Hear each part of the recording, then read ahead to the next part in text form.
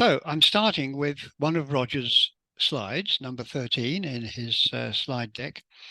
But first of all, as a long-standing OU part-time staff member, the most enjoyable and rewarding experience that I've had over many years is to be a supervisor of students doing our Master of Space Science and Technology degree in their 600-hour final year project work. And we have three of them here today who are each going to tell you about their particular project and some interesting findings that they have generated. What I'm going to do in the next 15 minutes or so is, starting with Roger's marvelous diagram of how transits can produce interesting characteristics of exoplanets, is to put that into context of the wider range of techniques that we use to study exoplanets. And I'm pressing my button here and it's not pushing the slide down, which is interesting. Very occasionally what can happen is the Zoom window can appear above your PowerPoint or other presentation. It does. Yeah. And then it kind of, you're pressing on the Zoom rather than the PowerPoint. So I don't know if that's what's happened here. Possibly. There we are. Things changed? Okay. Great. Yep. I found another way of advancing the slides. So just very quickly, what is a planet? And by implication, what is an exoplanet? Here is the IAU definition. Three important features that a planet in the solar system has to satisfy in order to be classified as a planet. And you can remember, of course, that Pluto was demoted to Division 2 because actually it hadn't cleared out the neighborhood around its orbit. So I suppose we could say that the same three factors will be used to decide whether objects that we find going around other stars are actually going to be called exoplanets. And it comes to mind that the second bullet point there, we may already be finding some so-called exoplanets which won't qualify because they are irregularly shaped large rocks. We shouldn't be blinded by our solar system centric viewpoint, but most of the objects in our solar system, apart from the asteroid belts and the exotrojans and things like that, are indeed large spherical classical planets. There we are. So as of yesterday, here is the latest score sheet for exoplanet discoveries. This is all confirmed discoveries, over 5,500. And you can see the relative numbers there from the Kepler, K2, that's the extended mission of the Kepler mission, and TESS, currently producing lots of data. You can see the relative numbers there. So it's very much a Kepler show so far, but with TESS clearly having the potential to produce a lot more discoveries. And looking at multiple systems, stars known to have at least one planet, we count 4,065, and stars with at least two planets, there are 878 of them. And this, of course, is where TTVs and other characteristics that have been discussed already come in. Okay, now it's quite clear that detecting and characterizing exoplanets is hard work. If you look at this graph, you can see that with the launch of, you can see my pointer, I think, with the launch of Kepler, we had a sudden surge in the rate of detecting new exoplanets. And then with the later launch of TESS, we've had another increase. And this is continuing right up here with other little blips, one or two just up here in the. So that wasn't test, that was K2, I think, down there. And now there is a beginning, we're beginning to see a bit of a flattening out. But I think that's only temporary, because we do have quite a few missions coming up in the next 5-10 years, which will almost certainly renew the rate of discovery of exoplanets. That's actually a table which I don't think has been published, and it's from Joe Lama at Lowell Observatory. Right, so we've done transiting exoplanets. Roger has done that to death. And of course, just to remind you that we can see transits in our own solar system. There is Venus transiting the sun. And the sun, whoops, that's gone backwards. That's interesting. We can also say that the sun is a very noisy background to transits of Venus. And indeed, many stars are also very noisy, particularly M-type stars. And my presentation is jumping around. And of course, we can also get transiting aeroplanes.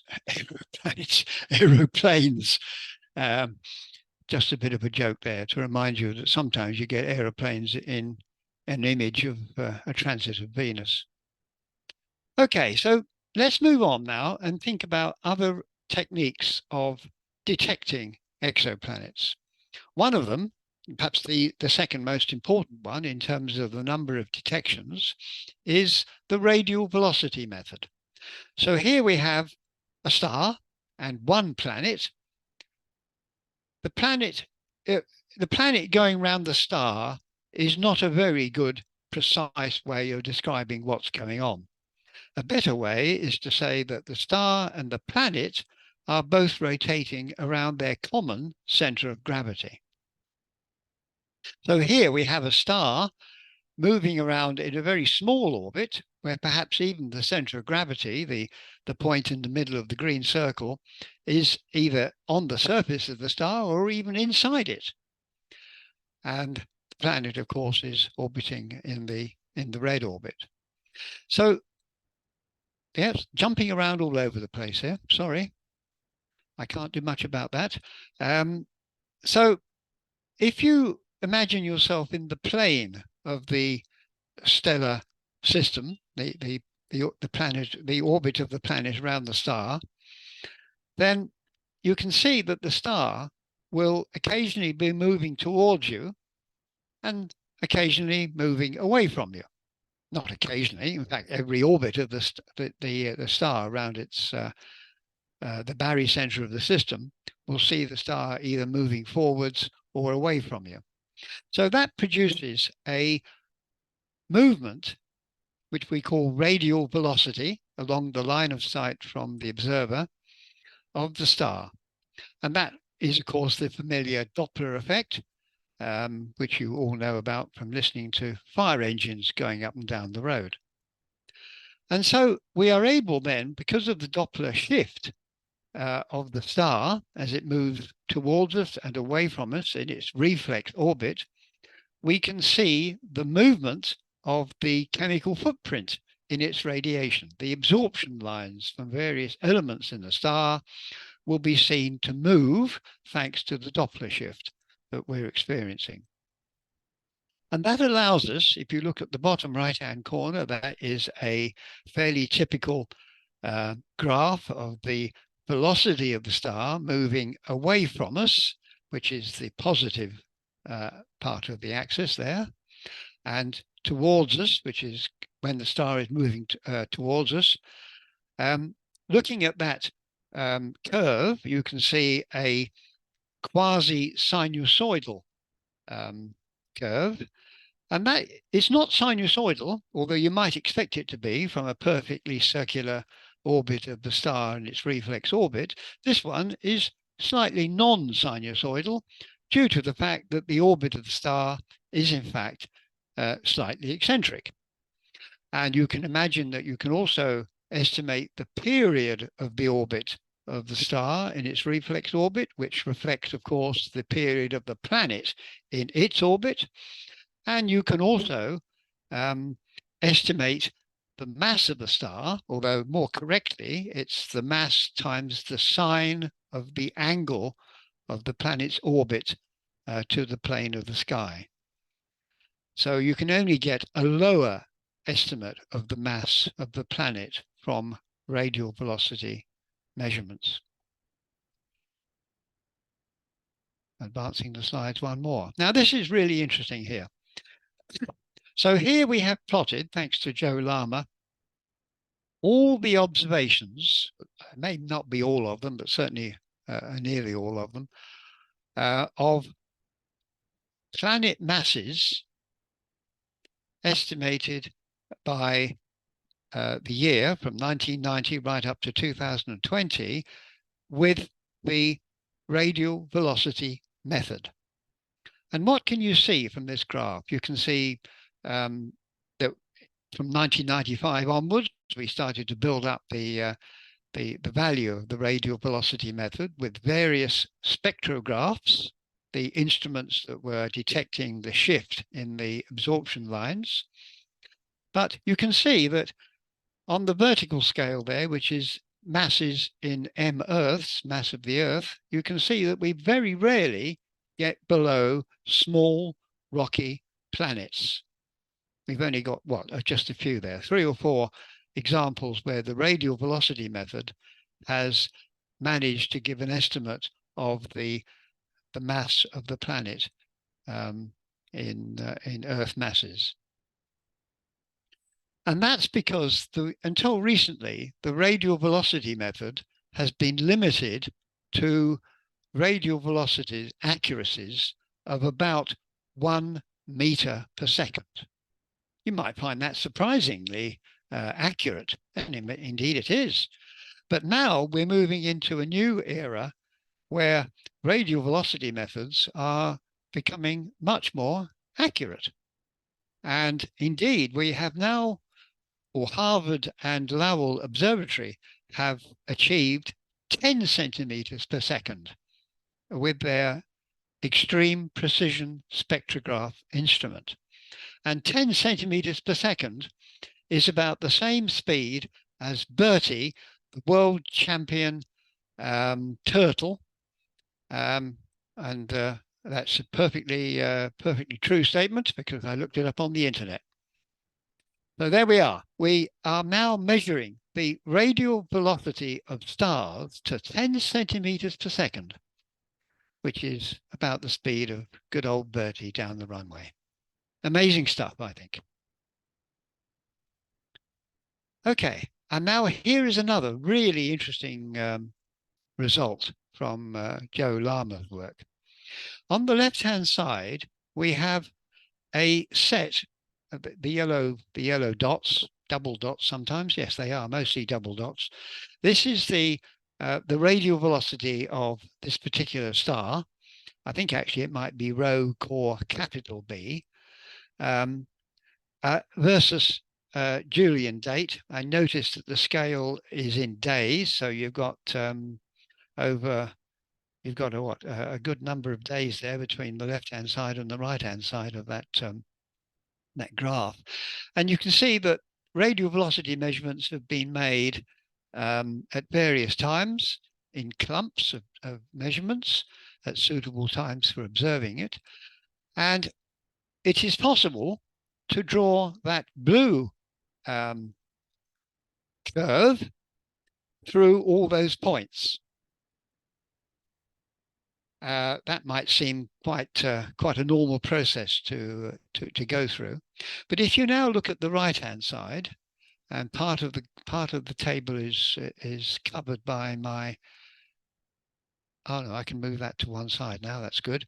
You can see that those measurements, those RV measurements, with that level of noise, 1.2 meters per second, was able to detect 2 extra exoplanets in that Rho Corb system. I think the 2 existing ones were B and C, and D and E, the 2 bottom ones there, that they are two exoplanets detected from those RV measurements by a process that Stephen will be familiar with. Stephen is speaking later on, by basically a Fourier transform of those measurements of radial velocity. I think that's quite remarkable that that sort of accuracy and that level of noise in the measurements can extract planets with known orbits from that data. I'm trying to move on again. There we are. So we've discussed the Doppler measurements arising from the radial velocity of a star in its reflex orbit. The final step is to say that here we are in the plane of a planet going around a star, and we can also detect the wobble of a star around the barycenter, seen from edge on like this. So we still have the Doppler signal, but we also now have astrometry signals. And finally, in our list of methods for detecting exoplanets, I have this marvelous example of direct imaging of a planetary system. So this one is taken by Jason Wang and Christian Marois. Look at the scale, 20 AU. And what's happened here is that with very sophisticated image processing and an occulting disk in front of the telescope, we're able to see planets around a star by blocking out the stellar light. And if I just run this simulation now very carefully, it's quite quick. It's only about 5 seconds. There was a method of slowing it down, but I don't think I'm going to make that on this particular presentation. So notice the date, 31st of July, 2009. And I'm searching for the, there we are, here we go. Watch this. So there we are. From 2009 to 2021, we saw the motion of planets going around that star. I can do it again, so you're more prepared this time to see it. Here we go again. So it's over an 11-year period. We're seeing stars going around, we're seeing planets going around a star, most of the light of which we have managed to block out with image processing and something else to block out the light. There we are. Oops, it goes round again. My presentation is just a wee bit jerky. Ah, I can't get rid of this one. That's interesting. How do you get out of it? Oh, there we are. Okay. So in summary then, we've gone beyond the transits that Roger concentrated on. And we are now in the position where we can not only use what you can get out of transits, which is the planet's radius, the period of its orbit, and its semi-major axis. If you know what type of star you're looking at, you can estimate its mass, and then you can find out the semi-major axis of the planet from Kepler's laws. We can now, with Doppler, add, well, we can also measure the period from the period of the sine wave there, a perfect, almost perfect sine wave. The semi-major axis comes out again, and we can also measure the eccentricity of a planet's orbit if it's not a pure sine wave that we're looking at in radial velocity, and its mass as well, or rather the mass of the planet times the sine of the angle of the stellar system to the plane of the sky. And then with astrometry thrown in, we can get extra estimates of mass and radius of planets.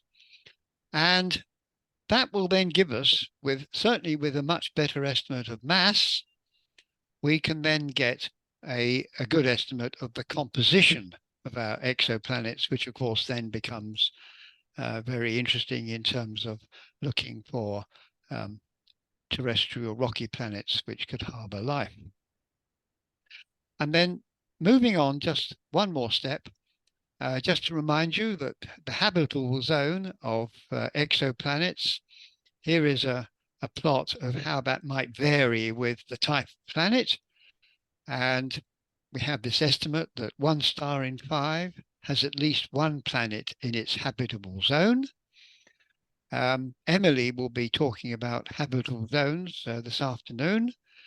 But later this morning and first thing this afternoon, we have 2 more of my students who will be talking about their work essentially in the TTV area, but with some pretty sophisticated software to analyze what goes on to produce some interesting results. So I think that's the last slide. Let me just check. Oh no, here we are, hot off the press this morning. In this morning's Daily Telegraph, there's a very good article, which I think all of you can access if you go to the digital version of the Daily Telegraph. I think you're allowed in once or twice to look at things. And this is a roadmap for finding life elsewhere, including the solar system. And I think it's a very informative image in the article. I've put it up there very quickly. You can see that it's color-coded in true Roger fashion, with dark red for now, slightly less dark red for the late 20s, early 30s in yellow, and the mid 30s in blue. And so there is an exciting story of what we're doing over the next 10, 12 years in terms of searching for life in the solar system, but also, of course, on our target stars in deep space. So I'm going to stop there.